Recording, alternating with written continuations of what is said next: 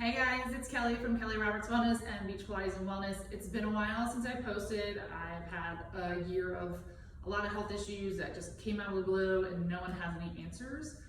So I'm finally getting back to trying to put some information out there to you guys to help out. But I thought today I would do maybe 4 or 5 exercises on cervical instability and how Pilates can help that. So I have degenerating disc disease from a car accident that I had in my 20s. Last summer I ended up with a POTS flare or something I don't have the answers to still as of now, but being intubated for 4 hours with my cardiac ablation flared up whatever in my neck to the point where I was in misery again with tons of headaches, neck issues, shoulder pain and everything. So again, for the last year I've been working on all the things to try to get myself back to where I was functioning and normal. So I thought some of these exercises might actually help a lot of people out there that have EDS and POTS. So if you do have cervical instability, you can kind of do little tiny gentle movements to be able to control and rehabilitate yourself back. So all you need is a little towel.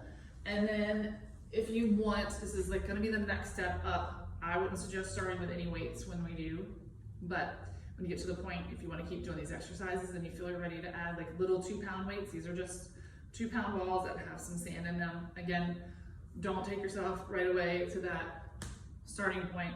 Work small and build up. So 10 is always the magic number for Pilates, but if you're starting off and you're in a lot of pain and you have don't have that stabilization or control of your neck, then just start off with 2 or 3 and build yourself up. And it might take a couple weeks, it might take a couple months to get yourself to that point, but eventually you can get it back if you stay up on top of it. So we're gonna start on the floor to start, and you can use this as like a pillow to start, as like a little base to keep your head up if you feel better. I know with me having POTS, laying completely flat makes me not feel too good. So even just like a little lift might keep you from feeling like you're getting that dizziness or whatever. All right, so just put it where you're comfortable. All right, and the first one you're gonna do is a scapular retraction. So when you have a lot of neck pain, it usually comes from postural. And you're probably rounded forward, so you kind of have forward head, which gives you that flattening of the neck, which gives you that cervical instability because you don't have the strength to keep your shoulder blades back to keep your head in line with your spine. If you're tall or you have EDS and things tend to slide out a lot, that's another thing, and we all have bad posture these days. So remember, you can use the balls if you want. I'm gonna show you without it and then I'll demonstrate with it. So it's kind of like scapular retraction. So what you're gonna do is bring your arms to the ceiling and they wanna be in line with your shoulder. So right now my shoulder is off the mat. So you're kind of reaching out. So if I were standing over top of you and I pulled your wrist up towards the ceiling, and then you're gonna let gravity drop the shoulder blades back into the mat. So you can see I'm pinning the lat and the top of the shoulder back to the mat, and then you're just gonna reach up like someone's pulling your arms again. So it doesn't feel like you're doing very much of a movement, but it's actually making those postural muscles pull your shoulder blades down and back against the spine and opening up the collarbone and the chest muscles to widen the pull. So again, you just need to be aware of the positioning of your head. So if you need a little tiny chin tuck, it's gonna lengthen out and give that space in between the vertebrae. You don't wanna be extended back, but try to find where that alignment is. It's always good to have, if you want to use your phone, you can use it as a mirror or obviously a mirror to have some kind of feedback to see where you are to set yourself in. So again, you're just dropping back and then lifting up. Once you get to the point where you feel like you're okay, that's not bothering shoulder or neck, you're gonna add your hand weights. Again, you want straight off the shoulder. And it's just gonna give you a little bit more resistance to kind of open up and pull back. So if you're tight in the chest, it's gonna feel good because you're gonna get that opening, that stretch. So again, with Pilates, when you're doing all your exercises, you're keeping your core engaged the whole time. So you wanna find your neutral pelvis, so have that 2-finger space between your mat and your back, and think of your tailbone heavy. So you should be able to slide your fingers between your sacrum or your lower back to the mat. Your tailbone down here should be pushing towards the mat. So if you put a hot cup of coffee on your bladder, it wouldn't spill. So again, just reach out and drop back. All right. Those are super simple. And again, don't feel like you have to go straight into weights. Break it down. Right, we're doing little chin nods. So again, you need to find the placement of your shoulders. Down on your back, reach your fingers for your toes. And you're just gonna tuck your chin like you're holding a lemon. Maybe count for a 2-second hold, and then just bring the head back in alignment. Now, if you tend to get dizzy with head movement, don't extend back up so high with the neck. Keep it on a shorter range of motion. So tucking, and then maybe just lifting an inch or two up and then back. And then you can work to coming back to straight and tuck. So again, when you tuck your chin, you gotta be aware if you're dropping and rounding your shoulders forward. So it's really gonna work on finding that alignment and elongating the back of the neck to get that length when you tuck. And you don't have to jam it down and don't force it, just little movements. So again, 10's the magic number, but if you can only get 3 and it doesn't feel like it after you're doing 3, then stop there, and then in a day or 2, come back and do 3 more. The next thing is called bunny ears. So you're gonna take your towel and you're gonna wrap it around right at the base of your neck. So it's kind of cradling right at that ossic bone. So right underneath the base of your skull, where your neck attaches, is where you're putting the towel. And you're gonna pull your elbows in tight. It's almost like you're gonna cover up your ears. A longer towel might be a little bit better, but if you can stabilize, you're gonna reach up, holding and flattening the core and back. So again, you have to be aware of your neck position, and it's not always easy when you're doing it at home, but your chin tucks to the chest, eyes go to the belly button, and use that lift and exhale to elongate the back of the neck.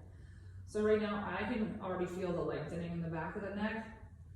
It shouldn't feel painful. It should feel like a lengthening, or if you're tight, like a little stretch. So just be aware of your own body. Everybody's different.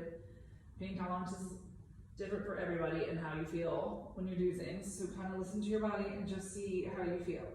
So again, that was 5, and I can already feel the movement that I'm getting, but also probably 5 is enough for right now for me. So if you can think of it again, and it could be a daily basis on how you're doing it to curl up. So remember, you want to just tuck it in and be tight.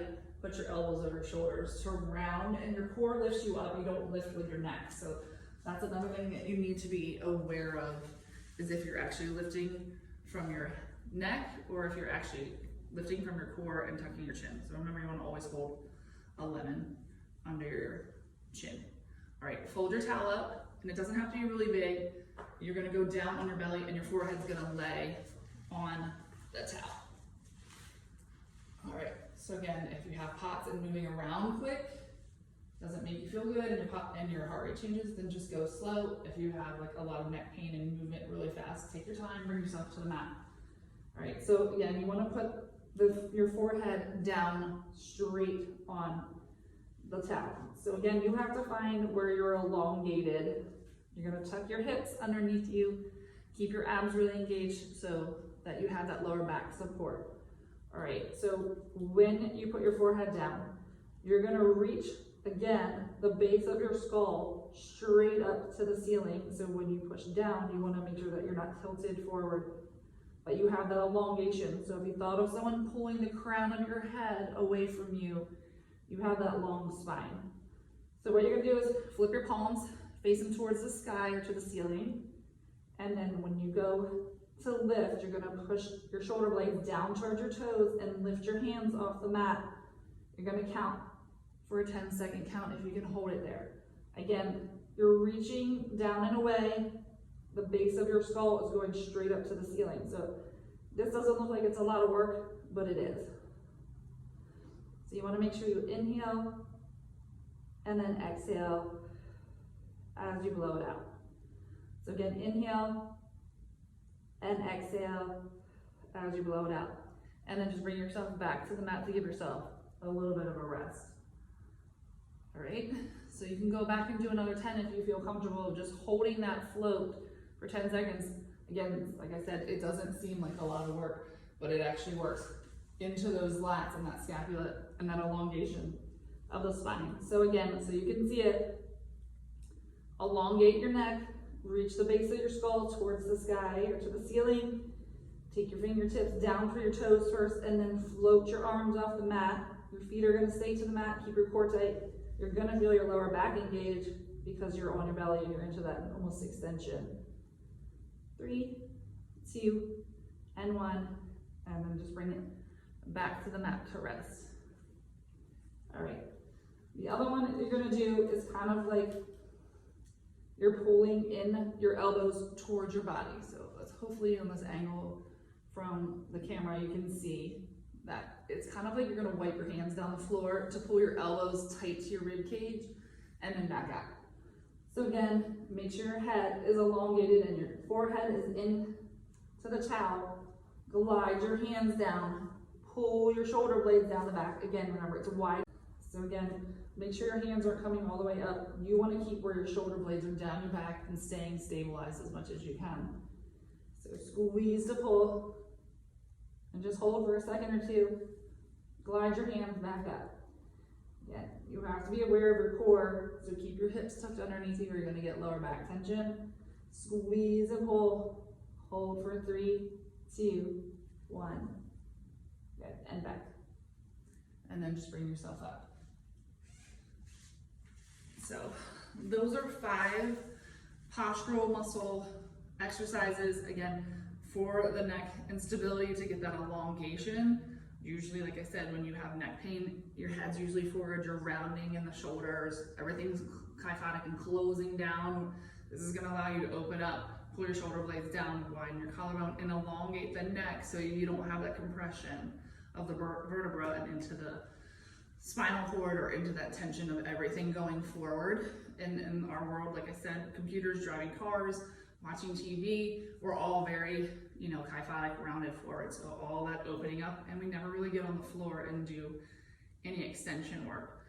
So those 5 exercises are really a good baseline to start to try to get that cervical stability back.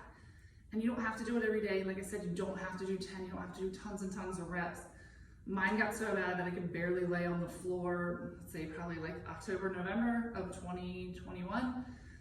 And me teaching as much as I do all the time, now, like I pretty much had to go all the way back to basics and start all over again to try to rebuild all that strength back up that it's taken me years and years to do, was gone pretty much overnight. So if you think of it like baby steps, and that healing process isn't like a straight shot up the mountain, it's kind of like up and down. So just listen to your body. If one day you're just not up for it, don't do it. Check the next day. And then, like I said, do 2 or 3 of those little movements of just tucking the chin and stuff is gonna get that neck to strengthen, and you're gonna feel a lot better. So keep following, hoping to plan to post up more as I get into off season with the studio and have more time to film. But if you guys love what you're seeing, leave some comments, let me know what you want to learn more about when it comes to like rehabilitation of the body using Pilates. And I will see you guys in the next video.